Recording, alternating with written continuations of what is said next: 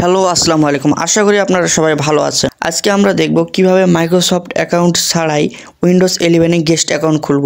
So বেশি কথা না বলে কম্পিউটার স্ক্রিনে চলে যাই। তো সর্বপ্রথম আমরা স্টার্ট বাটনে যাই, এরপরে স্টার্ট বাটন থেকে সেটিংয়ে যাব। সেটিংসে দেখুন যে এখানে অ্যাকাউন্টস অপশন রয়েছে। এই অ্যাকাউন্ট অপশনে ক্লিক করার পরে একটু নিচে স্ক্রল করার পরে দেখবেন আদার ইউজার্স। এই আদার ইউজারে ক্লিক করব, দেন এখানে অ্যাড অ্যাকাউন্ট আছে, অ্যাড অ্যাকাউন্টে ক্লিক করব। তারপরে কয়েক সেকেন্ড অপেক্ষা করার পরে সব নিচে দেখবেন I don't have this person sign in information. So এটাতে ক্লিক করার পরে কয়েক সেকেন্ড অপেক্ষা করব। কয়েক সেকেন্ড অপেক্ষা করার পরে এখানে এই সব নিচে add a user without Microsoft অ্যাকাউন্টে ক্লিক করব। দেন এখানে আমরা একটা ইউজার নেম দিব। আমি দেখাচ্ছি কীভাবে ইউজার নেম দেবেন। দেন এই ইউজার নেমটি আমরা কপি করে নেব। এই ইউজার নেমটি কপি করার পরে নেক্সট বাটনে ক্লিক করব। দেন আমাদের কিন্তু আপাতত একটা অ্যাকাউন্ট তৈরি হয়ে গেছে।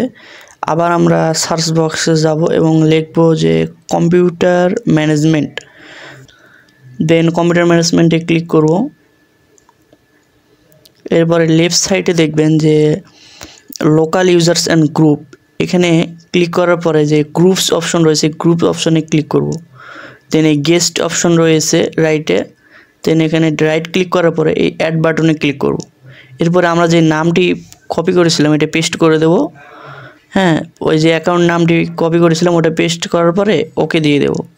তারপরে ওকে করব, তারপরে এই পপআপটি কেটে দেব। এরপরে আমাদের অ্যাকাউন্টটি কিন্তু সেট আপ হয়ে গিয়েছে। গেস্ট অ্যাকাউন্ট যেটা আমরা তৈরি করেছিলাম এটা কিন্তু সেট আপ হয়ে গেছে। আমি আপনাদেরকে প্রমাণ দেখাচ্ছি কীভাবে এটা দেখবেন। এই স্টার্ট বাটনে ক্লিক করার পরে এই যে অ্যাকাউন্ট অপশনটা রয়েছে এখানে ক্লিক দিলেই এই যে নাম দেখতে পাচ্ছেন আমার আরিফ বিল্লাহ লেখা আছে। এই অ্যাকাউন্টে ক্লিক দেওয়ার পরে এই যে 3 ডট বাটন দেখছেন, এখানে দেখুন আমরা যে নামে গেস্ট অ্যাকাউন্টটি তৈরি করেছিলাম এটা কিন্তু অলরেডি হয়ে গেছে। তো আমাদের কিন্তু এইভাবে গেস্ট অ্যাকাউন্ট তৈরি করা শেষ। ভিডিওটি যদি আপনাদের ভালো লেগে থাকে অবশ্যই ভিডিওতে লাইক করবেন এবং চ্যানেলটি সাবস্ক্রাইব করবেন।